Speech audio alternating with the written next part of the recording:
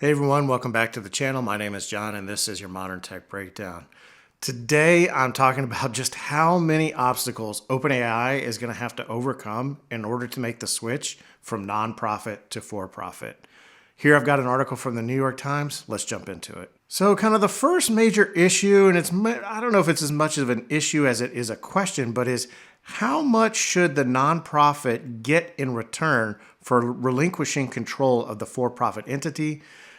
Covered it a few times on this channel, but OpenAI has a bit of an odd legal structure where a nonprofit owns the for-profit entity. You know, if the nonprofit is going to give up that control, what do they get in return? It's a tough question. I'm guessing they can figure something out, but I don't know. That's the first, I'll just say, challenge. The next issue to overcome is that recently OpenAI has raised some money, a significant amount of money, in fact, and when they were doing that, they promised the investors that they will restructure the organization within 2 years.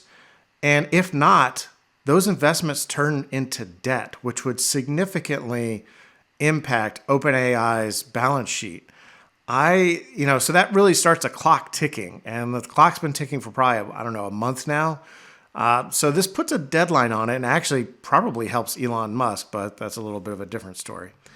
Also, the next issue is a bit of a sticky one, and maybe it won't be that big of a deal, but currently OpenAI is incorporated in Delaware, but is operating in California. So there's actually multiple states that have jurisdiction over the company, and these authorities at the state level in both California and Delaware are going to have questions. They have an obligation to make sure that the nonprofit organization isn't shortchanged.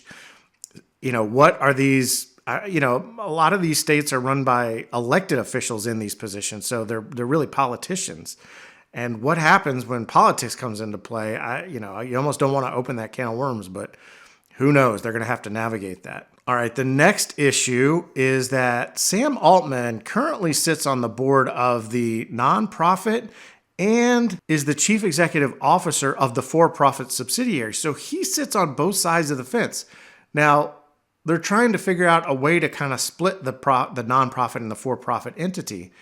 And you've got a key person sitting on both sides. I mean, that's an obvious conflict of interest. I'm sure lawyers will get involved and they'll have a song and dance about how they put up walls between the two companies so that he doesn't see both, or I don't know, but they might have to figure that out where he has to pick a side. And I'm guessing he would side with the for-profit, but it's going to be a bit of a balance, and they'll have to figure out the timing on how to do that. Also, considering that one of the largest and oldest investors is Microsoft, Microsoft might have to actually approve this change. I'm assuming that they would, and they would be okay with that.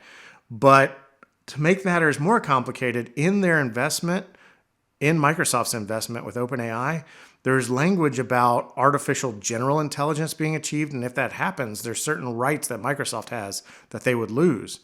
OpenAI has already been talking about that.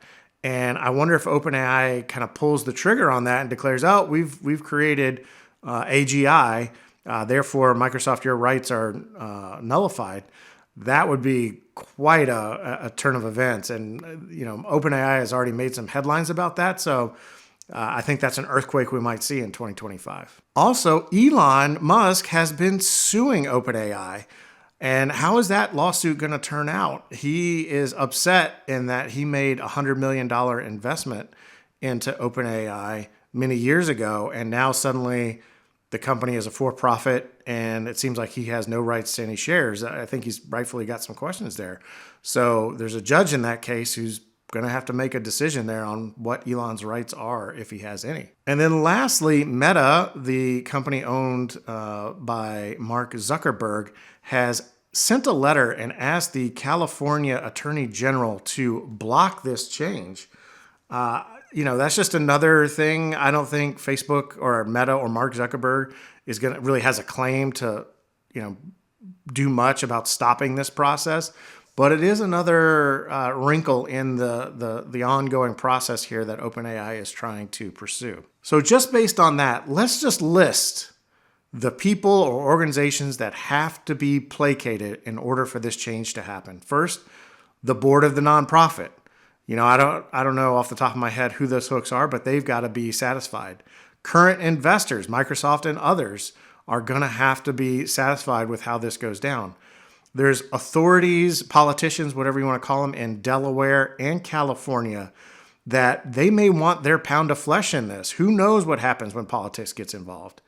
Microsoft, which could be perhaps include the Microsoft board. They've made a big investment. They're probably going to have to sign off on however this works.